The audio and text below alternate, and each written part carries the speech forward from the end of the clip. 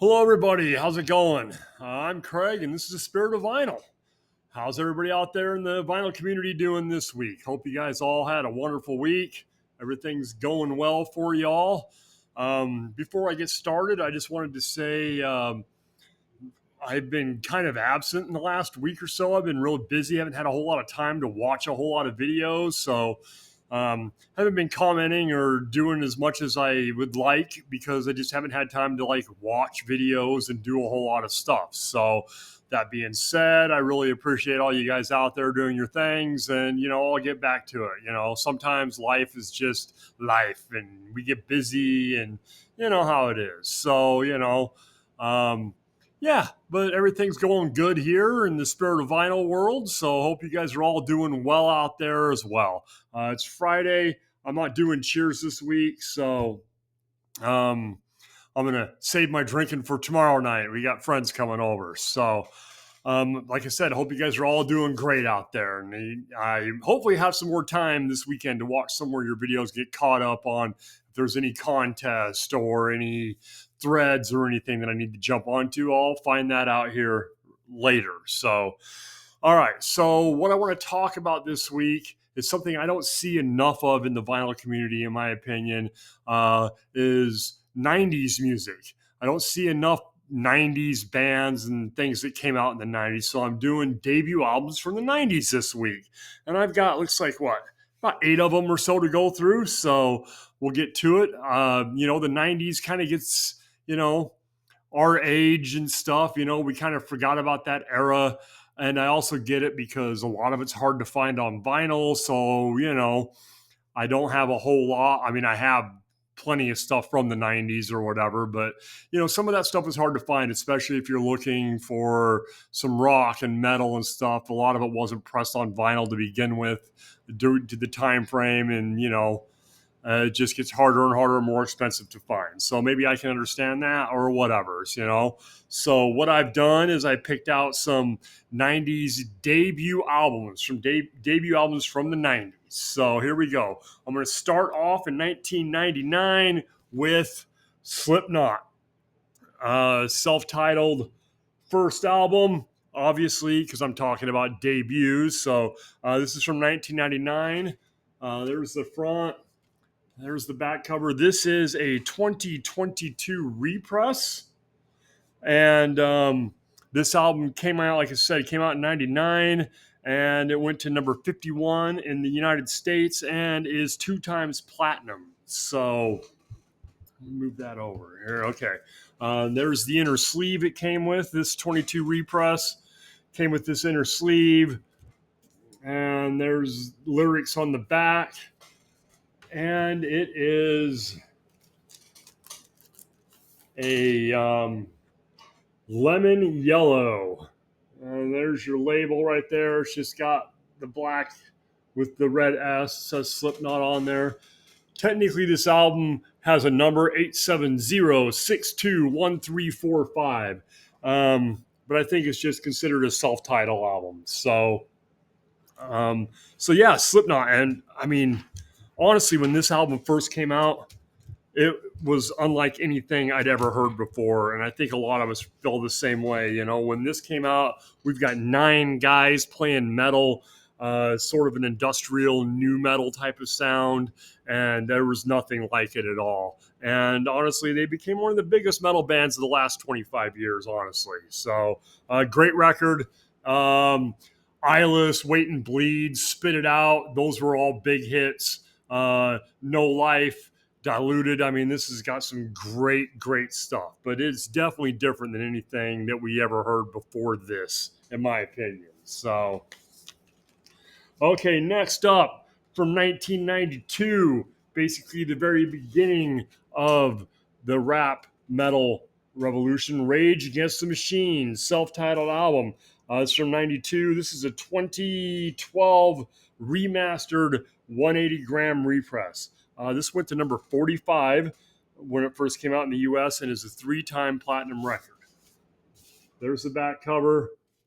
Bomb track, Killing in the Name of, Take the Power Back, Settle for Nothing, Bullet in the Head, Know Your Enemy, Wake Up, Fistful of Steel, Township Rebellion, and Freedom.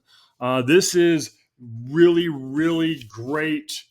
I guess you'd call it new metal. I mean, it's got the hip hop type sound to it.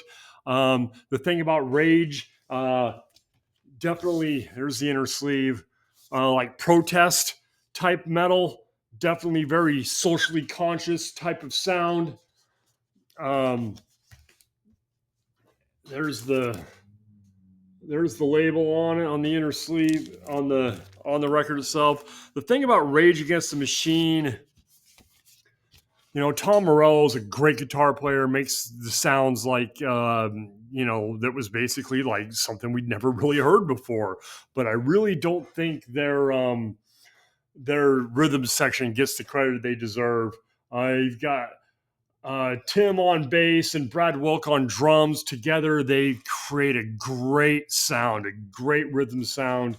This is a great album. Rage, only around for about 4 albums, I think it was. But this is a killer record. So, Rage Against the Machine. All right, now we're going to jump up to 1998. I just picked this one up here recently. Godsmack self-titled record. This one is from 1998, and this is a 2023 remastered press. This album went to number 22 on the U.S. Billboard 200 and is a 4-time platinum record. There's the back of it, and it is a gatefold. And this is a double disc. It's got the Godsmack logo on the label. It's got lyrics or song titles. The other one is exactly the same. This is a great record. It's got Whatever and Keep Away, Bad Religion, Get Up, Get Out, Voodoo. I mean, all those songs were radio hits. No wonder it sold 4 million copies. This is a great debut record. One of the best. This is a great record. I love this album altogether. And for me, Godsmack, their first 3 albums are really, really good. The thing that I can say about Godsmack is they've stayed true to what they are, which can be a plus and can be a minus. Sometimes you want your bands to kind of experiment a little bit and maybe sound a little bit different. After a while, all Godsmack kind of sounds like this record right here, but this one is great. This is a great debut album, just killer stuff. And if you ever get a chance to see them live, do it because they're awesome. They're great. Sully's a great front man. This is a great band all the way through and through. So, okay, 1999, Static X, Wisconsin Death Trip.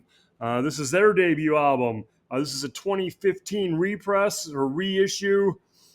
This album went to a number 107 and is a platinum album. This reissue is a music on vinyl reissue. There's the back. Right down here.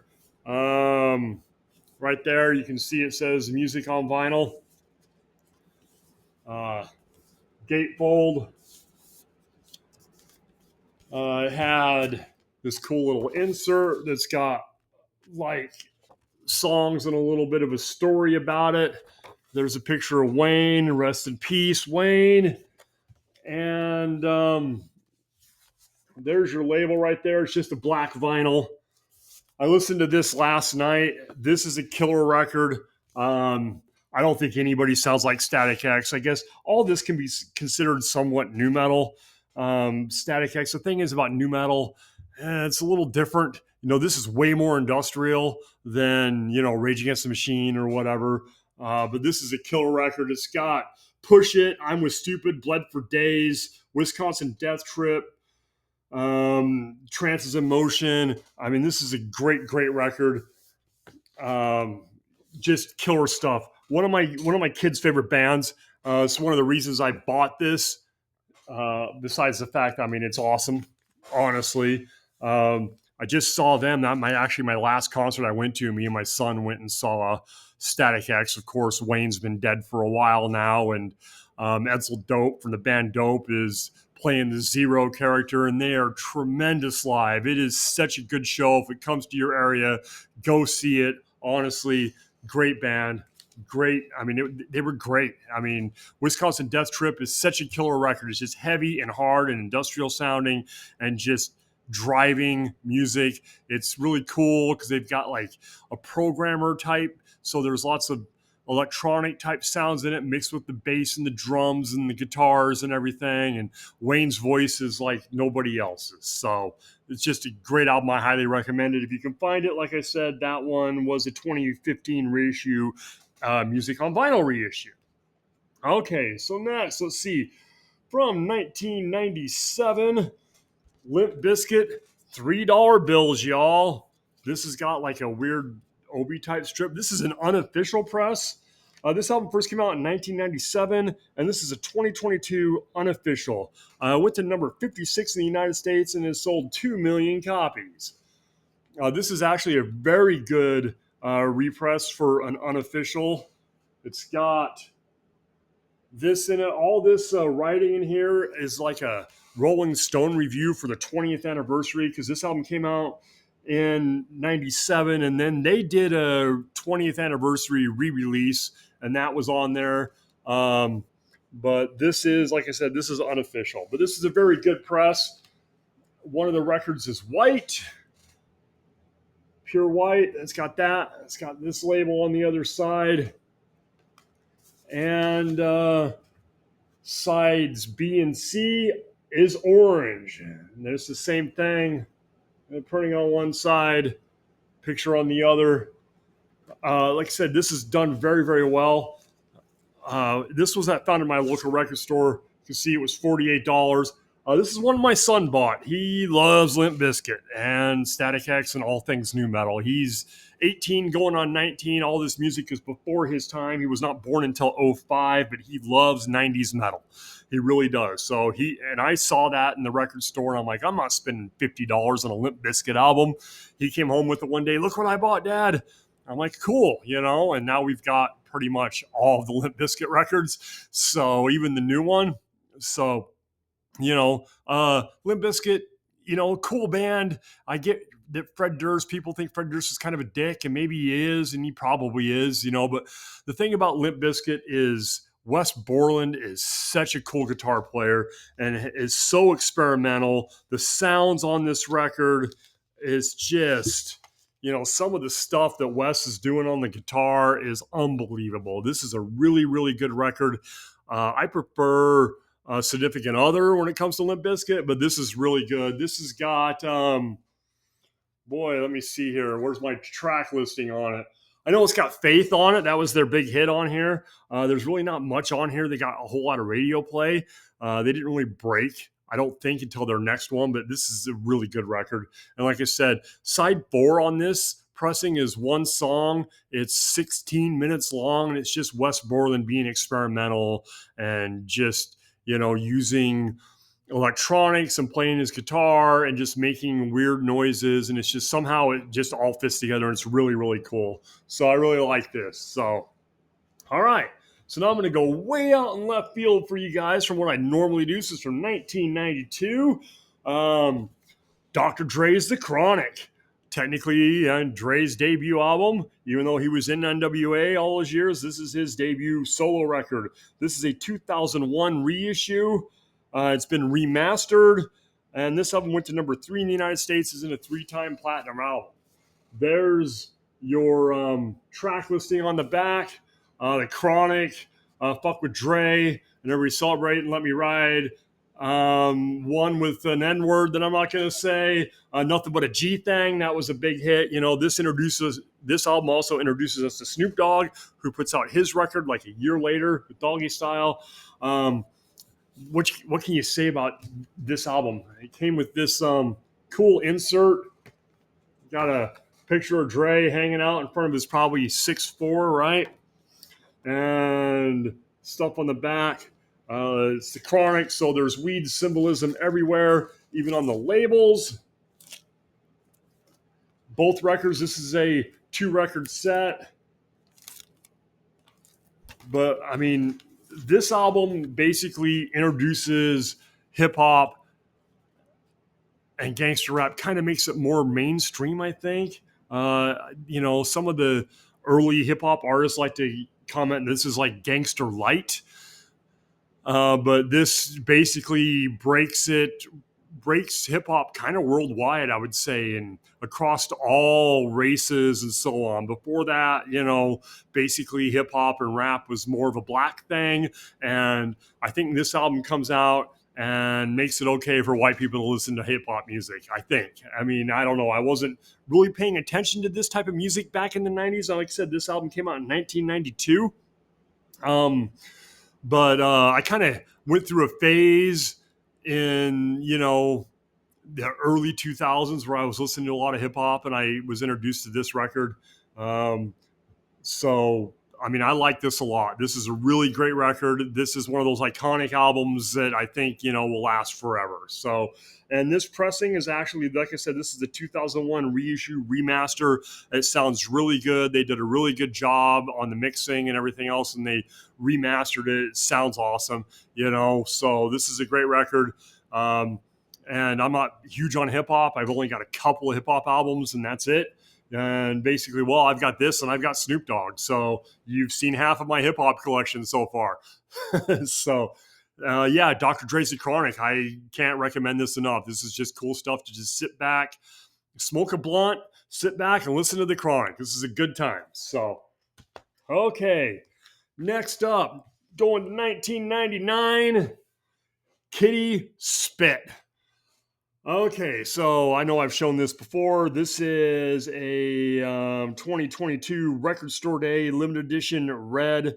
This album went to number 79 and is gold of how many copies they sold. There's the back of it. And I'll show you the record here real quick. A nice bright red. So,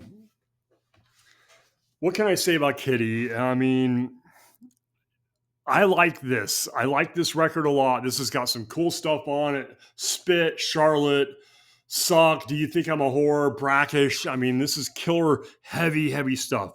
I think they're from Canada. These girls, when they put this record out, they were like 15, 16 years old.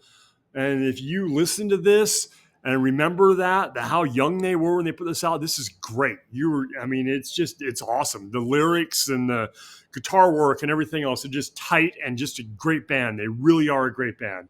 And they're back together and out doing it again. And I just actually got their newest album here a couple weeks ago, and it's really good. They've changed style a little bit. They're a little bit less nu metal sounding than they were in the beginning.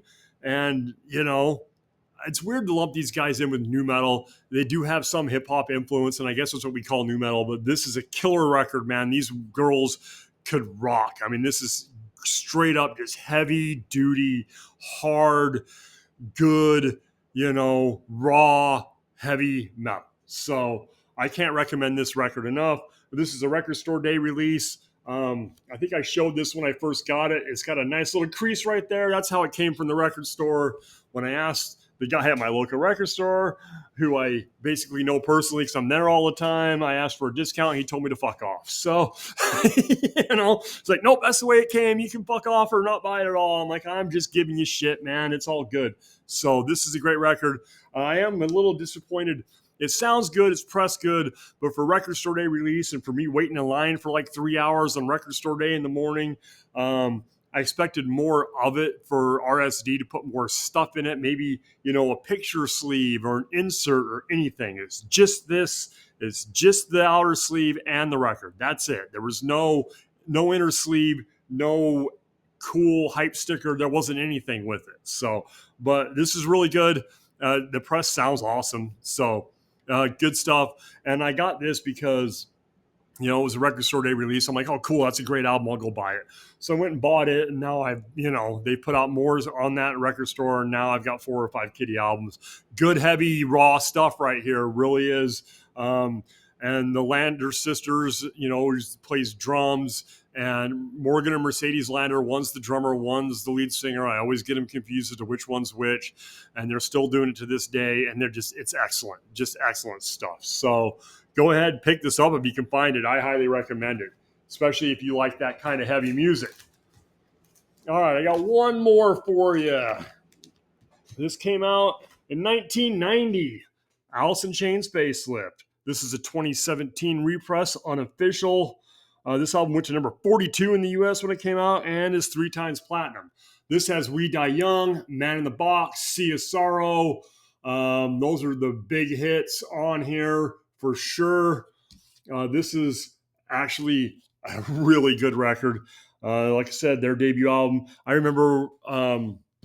Let me show you. There's the inner sleeve. The inserts just got lyrics on it, and the vinyl is red with a little bit of black marbling to it. For an unofficial release, it actually sounds pretty good, but you can see this thing's kind of flimsy. So overall, it's kind of flimsy, but it actually was done really well. It doesn't look too pixelated or anything like a lot of unofficial releases have. This is a 2017, but it sounds good. I had to turn it up just a little bit, but the mix is good and everything else. So overall, I'm happy with this. I did not realize it was unofficial when I bought it because you go to your local record store. Hey, look, Facelift is here. I didn't realize it was unofficial until I got it home. But this is really good. This introduces us to Alice in Chains. I remember when the Man in the Box video came out. And, I wasn't really so much into Alice in Chains a whole lot. I mean, it was all right. This is from 1990. So, I'm still, I'm full on into thrash at the time, honestly. And the 80s metal stuff is starting to die off. Bands like Rat and Poison and Motley Crue are starting to wane a little bit at this point in time. And I'm super into thrash music and stuff. And when I really became a fan of Alice in Chains, like all in, I saw them open for what was called the Clash of the Titans tour, which was Anthrax, Megadeth, and Slayer, and their opening act was Alice in Chains. I went to that show, and Alice in Chains came out, and they were awesome, man. They were so good. And that show, I mean, that's an amazing show anyway. I'd like to tell people all about it because I was there. But Alice in Chains, they hooked me on that. I saw them. The only time I got to see Alice in Chains was that on this tour. And I saw them a few years later on a Lollapalooza tour with Rage Against the Machine and Tool and Alice in Chains and Fishbone and all that stuff. So great band. Jerry Cantrell's a great guitar player. Lane Staley had a great voice. I miss Lane. I love his music. I loved his voice. I thought Alice in Chains was one of those great bands. When it comes to what they would call grunge music, to me, these guys are far superior than Nirvana or Pearl Jam or Soundgarden or any of those other, Smashing Pumpkins or any of that. To me, Alice in Chains is the one that stands out of that era of music, that 90s era of grunge. So Alice in Chains facelift, like I said, We Die Young, Man in the Box. I mean, that's enough. That's enough for the price right there. Sea of Sorrow. I mean, that's worth the cash right there just to pick this up. So, all right, well, that's pretty much it. All 90s, all pretty much metal, except for that Dre album. Like I said, I don't feel like we talk about 90s music enough in this community. I don't know if it's because of our ages or whatever, but now if you guys got some 90s stuff you'd like to talk about, go ahead and show it to me or whatever. Let me know down below one of your favorite 90s debut albums. So, all right, thanks again for watching, guys. I really appreciate it. I was at 191 followers as of yesterday, so spread the word and let's get me to 200. All right, thanks, guys. I appreciate you all watching. I will talk to you all in a few days or next week. Like I said, I'm going to jump on and see what's going on with the rest of you guys out there. And maybe I'll throw something out earlier. I don't know. If not, I'll see you next week. You guys all have a great one, man. Peace out, guys.